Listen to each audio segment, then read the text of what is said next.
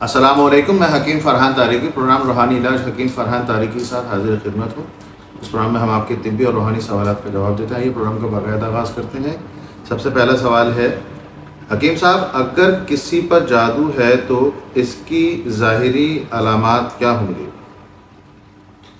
بیٹا، اگر کسی شخص پر جادو ہے اور اس کی تشخیص اگر آپ کو ظاہری احوال پر کرنی ہے تو اس میں چند ایک چیزیں ہوتی ہیں۔ مثال کے طور پر اگر کسی شخص کی نارمل ڈائٹ 2 سے 2.5 روٹی ہے ایک وقت میں یا 1.5 روٹی ہے، تو وہ اپنی غذا سے تھوڑی زیادہ غذا کھا رہا ہوگا اور اس کی وہ غذا کھانے کے آدھے پونے یا 1 گھنٹے بعد بالکل پیٹ سے غائب ہو جاتی ہوگی اور اس کو پھر بھوک لگ رہی ہوگی، یعنی وہ پھر ڈیمانڈ کرے گا کہ بھائی مجھے بھوک لگ رہی ہے۔ اب گھر والے کہتے ہیں بھائی ابھی تو تم نے کھایا تھا، 2 روٹی تم کو ہم نے کھلائی یا 2.5 روٹی جو بھی تمہاری خوراک ہے، تو یہ کیا ہوا؟ دن میں 3 سے 4 مرتبہ 5 مرتبہ اس طریقے سے ان کے ساتھ ہوتا ہے۔ اس کے ساتھ ساتھ ان کے فضلہ کا رنگ جو ہے وہ سیاہ ہوتا جاتا ہے۔ جسم پر ان کو ایسا لگتا ہے کہ باریک باریک کیڑے رینگ رہے ہیں، لیکن وہ جب اپنے اسٹف کو اپنے کلوز کو وہ لور کرتے ہیں دیکھتے ہیں تو جسم پہ کچھ بھی نہیں ہوتا، بالکل کلیئر ہوتا ہے۔ اس کے ساتھ ساتھ زبان کا ذائقہ پھیکا ہوتا جاتا ہے۔ کچھ لوگوں میں خون کی کمی ہوتی جاتی ہے اچانک، کچھ لوگوں کا وزن اچانک اتنا گرتا جاتا ہے۔ مثال کے طور پر اگر ایک آدمی کا وزن 80 کلو ہے تو وہ ڈے بائی ڈے گرتے گرتے مہینے 2 مہینے میں 60 کلو رہ جاتا ہے، اتنی تیزی سے وزن گرتا ہے۔ تو یہ ساری علامات ہوتی ہیں۔ اچھا، ایک چیز اور بھی ہے مزاج کے حوالے سے، یہ تو ہو گیا جسمانی۔ مزاج کے حوالے سے یہ ہوتا ہے کہ چڑچڑا پن ہو جاتا ہے۔ مثال کے طور پہ کوئی صاحب آئے، انہوں نے بولا السلام علیکم۔ وعلیکم السلام، آپ خیریت سے ہیں؟ ہاں ٹھیک ہوں۔ طبیعت کیسی؟ مجھے کیا ہوا؟ بار بار کیوں پوچھ رہے ہو؟ یعنی اس طریقے کے لوگ ہو جاتے ہیں، نفسیاتی ٹائپ کے جو ہے نا، کہ بھئی میری طبیعت تو ٹھیک ہے، تم بار بار کیوں پوچھ رہے ہو؟ وہ اس سے لڑنا جھگڑنا شروع کر دیتے ہیں۔ تو یہ ساری علامتیں جو ہیں یہ ظاہری ہیں۔ ویسے تو ہمارے پاس کوئی شخص آتا ہے تو ہم باقاعدہ اس کے حاضرات کے ذریعے اور استخارے کے ذریعے چیک کرتے ہیں کہ اس کا کیا مسئلہ ہے، لیکن یہ بھی علامتیں ملحوظ خاطر رکھنی چاہیے کہ اگر کسی شخص کو یہ ساری کیفیات ہو رہی ہوں تو اس کو کسی کامل ہستی سے اپنا روحانی معائنہ جو ہے وہ کروا لینا چاہیے۔ اگلے سوال کی جانب، حکیم صاحب جادو کی کارڈ کا کیا طریقہ ہے؟ بیٹا بات یہ ہے کہ اب اس کے لیے تو 2 چیزیں ہیں۔ عاملین اپنی اپنی ریاضت کے مطابق، اپنی کیفیات کے مطابق جادو کی کارڈ کرتے ہیں۔ اسی طریقے سے جو عوامی بات ہے، اب عوام کے لیے ایک بات ہے، قرآن پاک وہ شفا ہے۔ سورہ یونس کی آیت نمبر 81-82 اس کے لیے بہترین ہے۔ روزانہ 11 مرتبہ اس کو پڑھا جائے اور پانی پر دم کر کے پئیں، اپنے اوپر بھی دم کریں، انشاءاللہ 21 روز تک کریں، اس سے بھی یہ رفع ہو جاتا ہے۔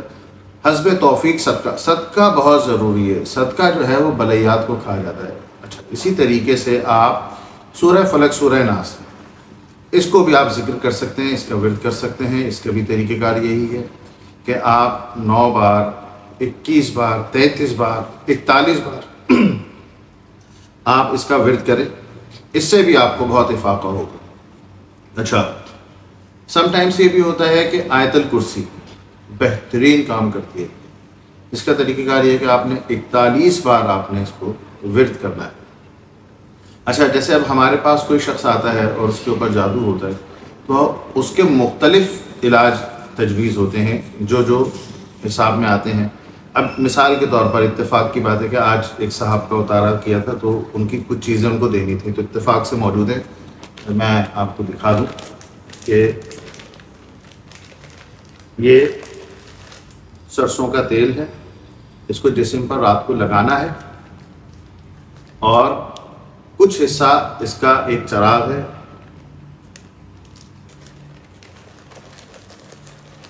وہ یہ رہا۔ اس میں اگر آپ دیکھ سکیں تو ایک نقش لکھا ہوا ہے، اس کے اندر اس تیل کو ڈال کے جلانا ہے۔ اچھا، یہ چینی دم کر کے دی گئی ہے، اس لیے کیونکہ یہ مزاج میں تیز ہو رہے ہیں، گھر والوں سے لڑ جھگڑ رہے ہیں، اس وجہ سے ان کو دی گئی۔ اچھا، اسی طریقے سے یہ لونگیں ہیں، یہ ان کو تھوڑی تھوڑی جلانی ہے روزانہ چولہے پہ رکھ کر۔ اور کچھ نقوش ہیں جو کہ جسم سے مل کے جلانے. اچھا، یہ ان بھائی کی کیفیت کچھ ایسی تھی، اس وجہ سے ان کو یہ سامان دیا جا رہا ہے. کچھ لوگوں کو خالصتاً دھونی دی جاتی ہے کہ وہ دھونی لیں. اچھا، کچھ لوگوں کو صرف صدقات دیے جاتے ہیں کہ وہ صدقات لیں اور صدقات کے ذریعے ہوتا ہے. کچھ لوگوں کو صرف وظائف دے دیے جاتے ہیں. ایز پر سچویشن ہر مریض کا، جس طرح ہر تالے کی چابی الگ ہوتی ہے، اسی طریقے سے ہر جادو کے مریض کا علاج بالکل الگ ہی ہوتا ہے. اب وہ جو حساب میں آتا ہے وہ تجویز کر دیا جاتا ہے. بہرحال